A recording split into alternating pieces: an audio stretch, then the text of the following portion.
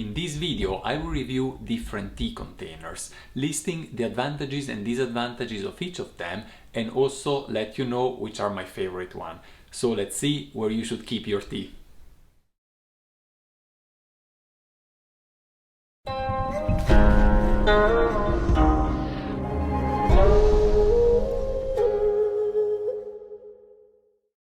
Hi guys, this is Gabriele from Shine, where we share the pleasure of drinking and discovering genuine farm tea. And if you want to enjoy really the tea you drink for a long time, it is very important to know where to keep your tea, how to store your tea properly, because if you like the tea today, you don't want to drink it in a month and then it tastes different. On this topic, we've done already a video about how to store your tea properly to preserve its freshness and its fragrance. In today's video, we're going to review 5 different types of tea containers and listing which are the advantages and disadvantages of each of them. If at any point of time you enjoy watching, don't forget to give us a thumbs up. And if you haven't done it yet, go ahead and subscribe our channel, and more videos like this will come your way very soon.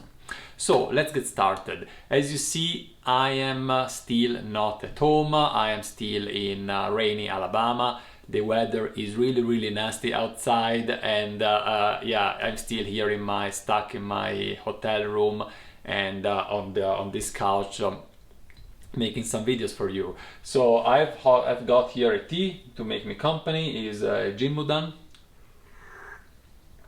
an oolong tea, a very recent oolong tea. I don't mean recent at Nanoshan, but recent in the history of oolong. I will tell you more probably in a dedicated video.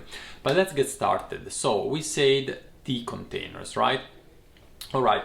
The most common tea container that you use at home for sure, and I also use myself, is this type of bags. Why? Because most tea shops use these bags to sell you the tea, and then you just receive in those bags and you can just keep in that. So if they do so, or if we do so, because also Nanoshan uses those bags, there are certainly good reasons. So let's have a look a little bit more in detail when it is good to store tea into this type of bags. First of all, they are, I said, convenient because they are not very big, but you can open and reseal them relatively easily. It is most of them comes with a zip, and they are airtight when they are resealed. And if you have some of them that have a broken zip, or they don't have any zip at all, what you can do, you can actually roll the bag.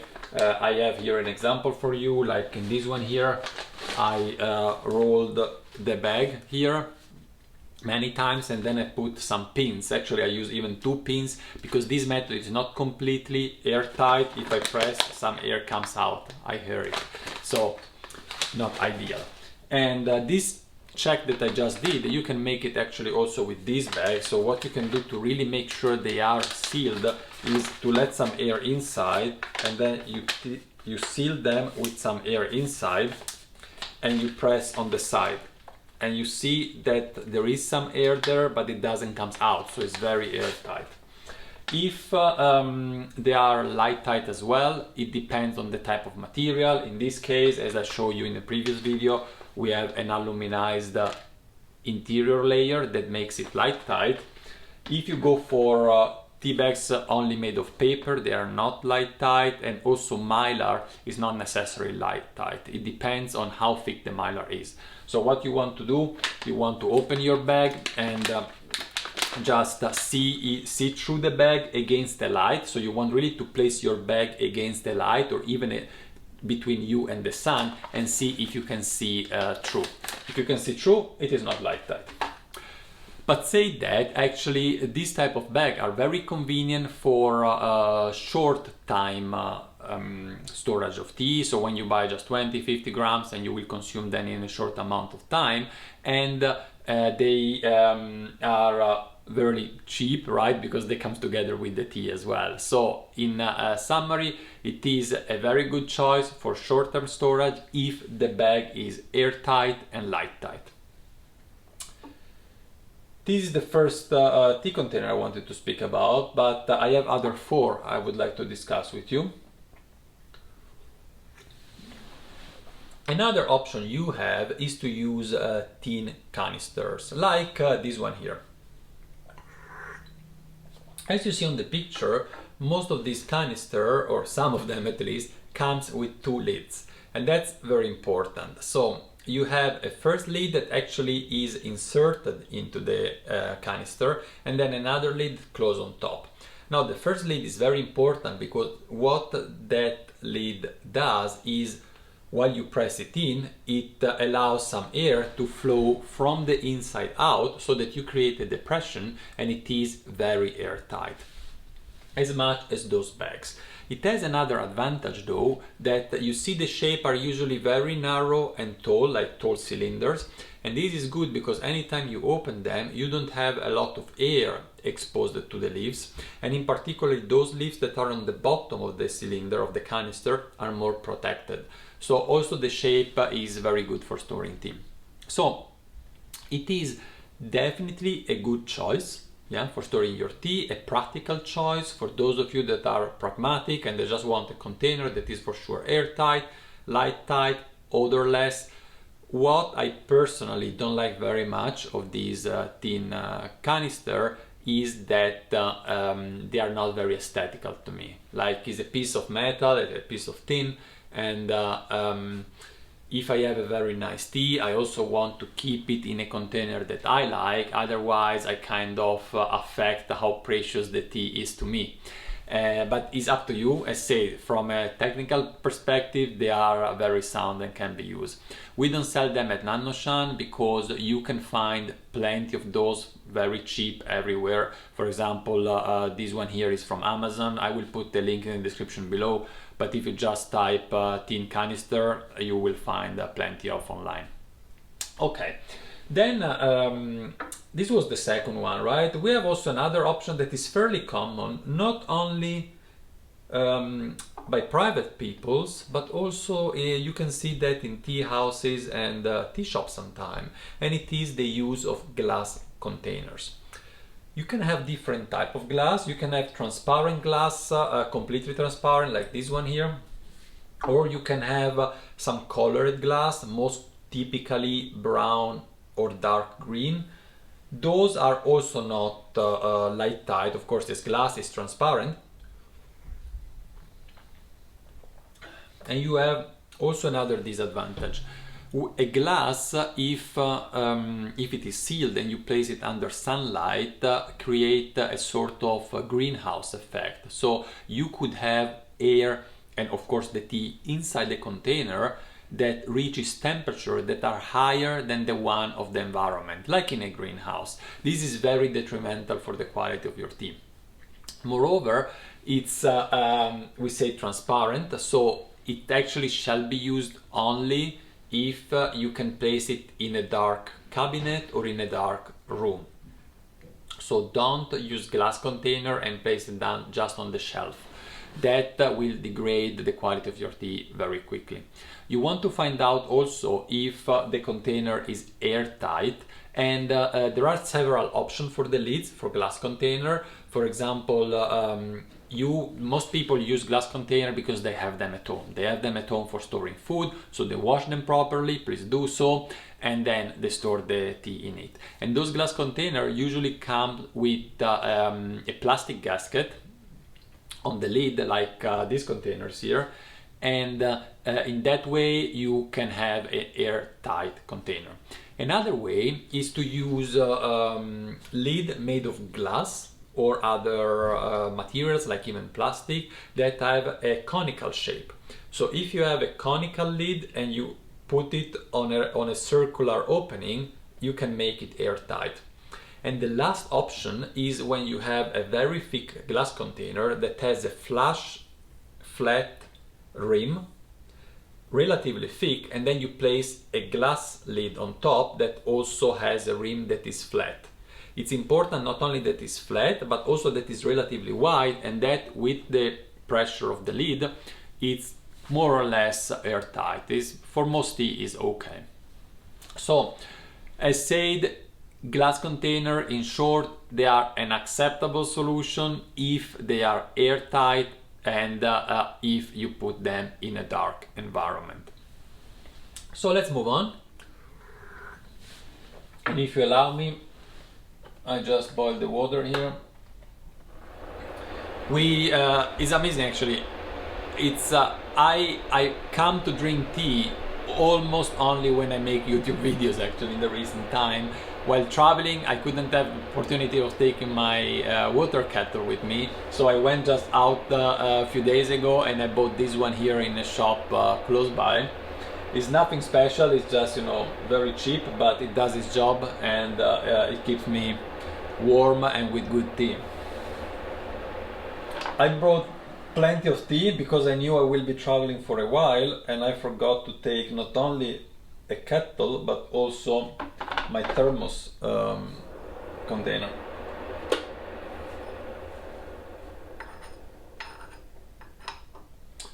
Alright, now I don't have to forget this steeping, which happens all the time when I start speaking to you.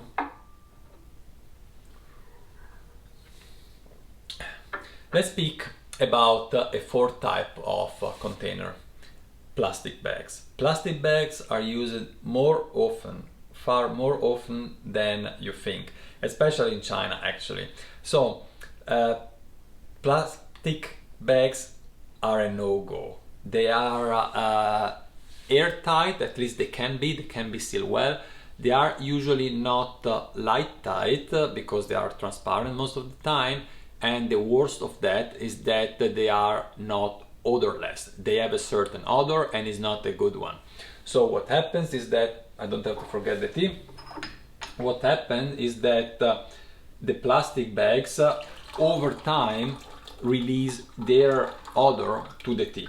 It's just a matter of time. If you put for a long time your tea in plastic bags, it will deteriorate a little bit the taste. So don't use them, okay? And now we come to a last category that is also a little bit complex if we want. It's the category of ceramic and clay jars. Now, you have different type of ceramics that you can use, and different type of ceramic have different effect on the storage. So you can have glazed and unglazed ceramic. So if a ceramic is glazed, you are also sure that it is odorless and it is very neutral, like glass actually, and is very suitable for long storage. If you have an unglazed ceramic or an unglazed clay, like Ishin for example, Ishin clay, then these might influence the taste of your tea. Ishin does not only influence the taste of the tea you brew in an Ishin teapot, but also if you have an Ishin jar to store tea, it will influence a little bit the taste over time. Slowly, but it will. In which way? Is in a positive way, it is in a negative way, it depends on your taste, and it depends on the type of material. It's very difficult to guess. You can take the risk, but it's just important that you know if your ceramic container is not glazed, you might influence the taste of the tea. Another type of material that you can use is actually this one here, porcelain. Porcelain, you know, is transparent to light. However, it is transparent to light only if it is very thin, like 1 or 2 millimeter, like this cup here. And if I point it towards the light, I can see the light going through.